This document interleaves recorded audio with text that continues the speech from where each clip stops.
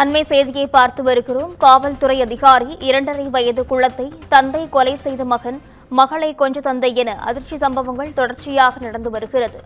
பெரும் குற்ற சம்பவங்களை தடுக்க காவல்துறை நடவடிக்கை எடுக்க வேண்டும் என சமூக ஆர்வலர்கள் கோரிக்கை விடுத்துள்ளனர்.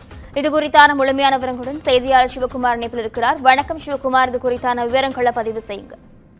தென்னகத்தின் ஆக்ஸ்போர்ட், அதே மாதிரி பாத்தீங்கன்னா தமிழகத்தின் பழங்கால நகரம் அப்படின்னு கூறப்படுற திருநெல்வேலியில சர்வசாதாரணமா தற்போது குற்ற செயல்கள் நடந்துட்டு இருக்குது. எப்படின்னு பாத்தீங்கன்னா ஜாதி மோதல்கள், பெட்ரோல் குண்டு வீச்சுகள், அதே மாதிரி பாத்தீங்கன்னா படுகொலைகள் இப்படின்னு போய் திருநெல்வேலி தற்போது இரத்த பூமியா மாறிட்டு வர்ற ஒரு சூழ்நிலை ஏற்பட்டிருக்குதுங்க.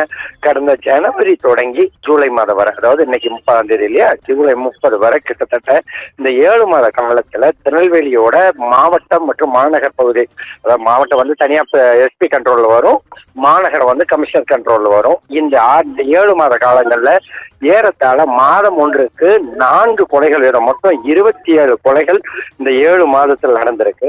இந்த 27 கொலை சம்பவங்களும் பல்வேறு அதிர்ச்சியோட ரகத்தை சார்ந்ததுங்க. எப்படின்னு பாத்தீங்கன்னா தேவர்குளத்துல கடந்த ஜனவரி மாதத்துல இளைஞர் ஒருவர் முன்பக காரணமா வெட்டி கொலை செய்யப்பட்டார். அதுதான் இந்த வருடத்துல முதல் நடந்த கொலை. அதனை அடுத்து பாத்தீங்கன்னா பாளையங்கோட்டையில மனைவி மீது ஏற்பட்ட சந்தேகத்துல மாமனார் மற்றும் மாமியார மருமக வெட்டி கொண்டது. அதே மாதிரி பாத்தீங்கன்னா ஜாமீன்ல வெளிவந்த லாரி டிரைவர் வெட்டி கொலை செய்யப்பட்டது. அதே மாதிரி மாவட்டத்தோட புறநகர் பகுதியான கூடங்குளத்துல குடிச்சிட்டு தகராறுல வந்த தந்தைய மகனை வெட்டி கொலை செஞ்சாரு. அதே மாதிரி மார்ச் மாதத்துல தமிழகமே அதிர்ந்த ஒரு முன்னாள் போலீஸ் அதிகாரி ஜாகிர் ஹுசேன் பிச்லி அப்படிங்கிறவரை இடத்தகராறு காரணமா கொன்னது அப்படின்னு சொல்லி தொடர்ச்சியா கொலைகளோட எண்ணிக்கை அதிகரிச்சுட்டே வருது. ஏப்ரல் மாதத்துல காதல் பிரச்சனை காரணமா 22 வயது இளைஞர் ஆறுமுகங்கிறவர் கொலை செய்யப்பட்ட நிலையில அதே மாதத்துல 2.5 வயது சிறுமி நகைக்காக கொலை செய்யப்பட்டாரு. நகை மீது ஆசைப்பட்டு பெண் வேடமிட்ட ருக்மணிங்கிற பெண் கொலை செய்யப்பட்டாரு. சொத்து பிரச்சனைக்காக தந்தைய மகன் கொன்னது. அதே மாதிரி பாத்தீங்கன்னா படிக்க சொன்னதுக்காக மகன் தந்தை தலையில கல்ல போட்டு கொன்னது.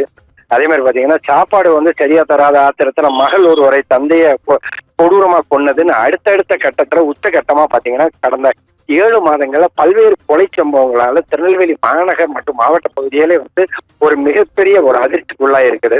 இதெல்லாம் ஒரு பக்கம் இருக்கு. ஆணவ படுகொலைகளும் சாதிய படுகொலைகளும் தற்போது ரொம்ப அதிகமாயிட்டே வருது. அதே மாதிரி பாத்தீங்கன்னா பெட்ரோல் வெடிகுண்டு வீச்சுங்கிறது முன் எப்போதும் இல்லாத அளவுக்கு தற்போது அதிக அளவுல நெருங்கிட்டு இருக்குது. இதனால திருநெல்வேலி மாவட்டம் மற்றும் மாநகர் பகுதிகளில் சட்டம் ஒழுங்கு முறையானபடிதான் இருக்குதா அப்படிங்கிற ஒரு கேள்வியை எழுப்பக்கூடிய ஒரு நிலையை தான் தற்போது வரை ஆகிட்டு இருக்கு.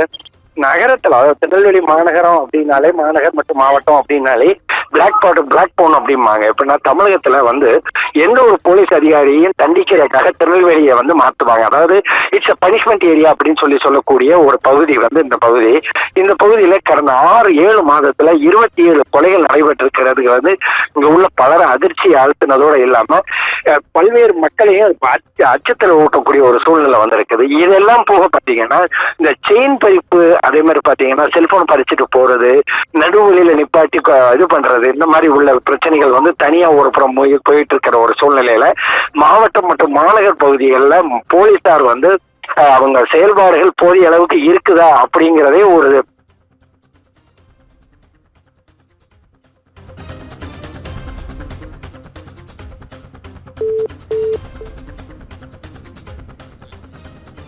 சிவகுமார், விவரங்களுக்கு நன்றி.